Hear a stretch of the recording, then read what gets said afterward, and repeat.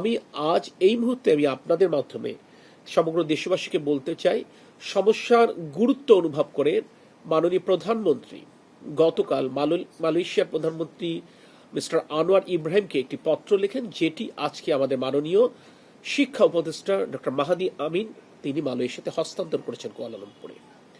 এবং আজকে বাংলাদেশ সময় দুপুর 2টায় মাননীয় প্রধানমন্ত্রী তারেক রহমান মালয়েশিয়ান প্রধানমন্ত্রী জনাব আনোয়ার ইব্রাহিমের সাথে ফোনে কথা বলেছেন। বাংলাদেশের এই উদ্ভূত জ্বালানি সংকট মোকাবেলায় তার এবং তার দেশের সহযোগিতা কামনা করেছেন। জনাব আনোয়ার ইব্রাহিম মাননীয় প্রধানমন্ত্রীকে আশ্বস্ত করেছেন তার তরফ থেকে এবং তার দেশের তরফ থেকে এই সংকট নিরসনে যা কিছু করার সুযোগ রয়েছেন তিনি দ্রুততম সময়ের মধ্যে তার টিমের সাথে কথা বলবেন, সংশ্লিষ্ট মন্ত্রণালয়ের সাথে কথা বলে মাননীয় প্রধানমন্ত্রীকে অবহিত করবেন। এই বার্তাটি দেবার এই প্রয়োজনীয়তা আমি এই কারণে অনুভব করছি যে মানুষের এই সমস্যা, মানুষের এই কষ্টটা প্রতি মুহূর্তে আমাদেরকে কষ্ট দিচ্ছে এবং বাংলাদেশের মানুষের এই কষ্টে আমরাও সমব্যথী। আমরা ক্ষেত্র বিশেষে আমাদের কষ্ট আরও বেশি, কারণ জনগণ আসলে আমাদেরকে দায়িত্ব দিয়েছে তাদের কষ্ট নিরসনের জন্য। সে তো আমরা যেমন বিদ্যুৎ জ্বালানি খনিজ সম্পদ মন্ত্রণালয়ে যেমন আমরা দিন রাত কাজ করছি, আমাদের জ্বালানি বিভাগের অন্যান্য সংগঠন পেট্রোবাংলা আরপিজিসিএল যেমন দিন রাত কাজ করছেন, মাননীয় প্রধানমন্ত্রী জনাব তারেক রহমানও প্রতি মুহূর্তে ঘটনা সম্পর্কে আমাদের সাথে যোগাযোগ রাখছেন এবং তার তরফ থেকে তার পক্ষ থেকে যদি কিছু করবার থাকে সেই ব্যাপারে চেষ্টা করছেন। এবং তারই অংশ হিসেবে তিনি গতকাল এবং আজ মালয়েশিয়ান সরকারের সাথে তিনি কথা বলেছেন এবং আজকে দুপুর 2টায় তিনি মালয়েশিয়ান প্রধানমন্ত্রীর সাথে কথা বলেছেন। এই মুহূর্তে আমরা তো আপনাদেরকে গতকাল বলেছি আমরা স্বল্প মধ্য এবং দীর্ঘ মেয়াদে আমাকে আমার মনে হয় আমার কথাটা শেষ করতে দিলে আপনি ইউল গেট দ্য আনসার। আমাদের এই সমস্যা যেটি হচ্ছে জ্বালানি খাতে আমাদের যে সমস্যা, আমি গতকাল বলেছি আমাদের চাহিদা অনুযায়ী কিন্তু আমরা সরবরাহ করতে পারছি না। তাহলে চাহিদা এবং সরবরাহের মধ্যে যে গ্যাপটুকু রয়েছে সেই গ্যাপটা মিনিমাইজ করবার জন্য মাননীয় প্রধানমন্ত্রী মালয়েশিয়ান প্রধানমন্ত্রীর সহায়তা কামনা করেছেন। আজকে বাংলাদেশ সময় দুপুর 2টায়। জ্বালানি খাতে সহায়তা কি ধরনের হতে পারে আপনি মনে করছেন, যদি বলেন?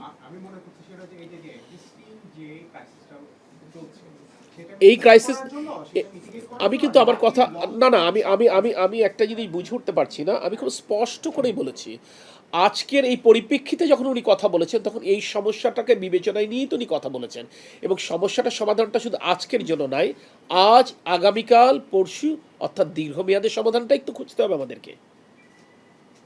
সেক্ষেত্রে কি মালয়েশিয়া থেকে আপনারা মানে এলএনজি আমদানি করবে এরকম একটা প্রসেসে যাবে নাকি, মানে এটা একটা স্পষ্ট?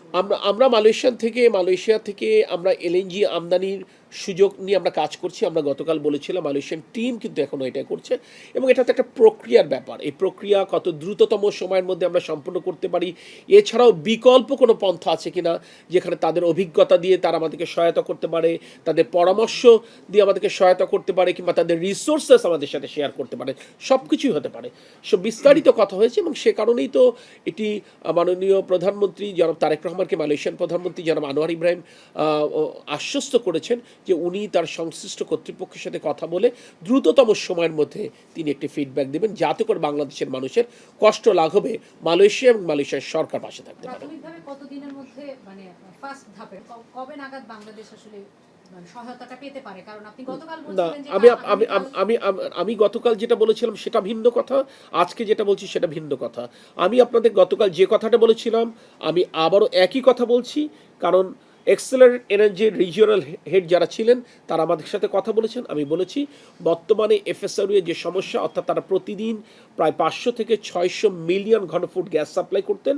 আমরা আশা করছি আগামী সপ্তাহের প্রথমে এখান থেকে আমরা ইনশাল্লাহ 280 থেকে 300 মিলিয়ন ঘনফুট তারা গ্যাস সরবরাহ করতে সমর্থ হবেন এবং পরের সপ্তাহের শেষের দিকে বাকিটা অর্থাৎ পুরো এফএসআরইউ তারা ফাংশনাল করতে পারবেন।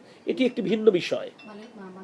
আমি জানতে চাচ্ছি যে মালয়েশিয়া যে সহায়তা করবে কবে নাগাদ বাংলাদেশ আসলে এটা সুফলতাটা পাবে সেটা একটু জানতে চাই। কবে নাগাদ সুফলতা পাবে এটা তো যখন আমরা আমাদের হাতে আসবে তখন আমরা বলতে পারবো। আমরা তো মালয়েশিয়ার সরকার কবে নাগাদ সহায়তাটা করতে পারবেন সেই তথ্যটা, সেই ফিডব্যাকটাও তো উনি বলেছেন মাননীয় প্রধানমন্ত্রীর কাছে কিংবা আমাদের সরকারের কাছে কিংবা আমাদের মন্ত্রণালয়ের কাছে দ্রুততম সময়ের মধ্যে তাদের সংশ্লিষ্ট কর্তৃপক্ষের মাধ্যমে জানাবেন। তাদের কাছ থেকে উত্তরটা পেলেই আপনাদেরকে বলতে পারবো।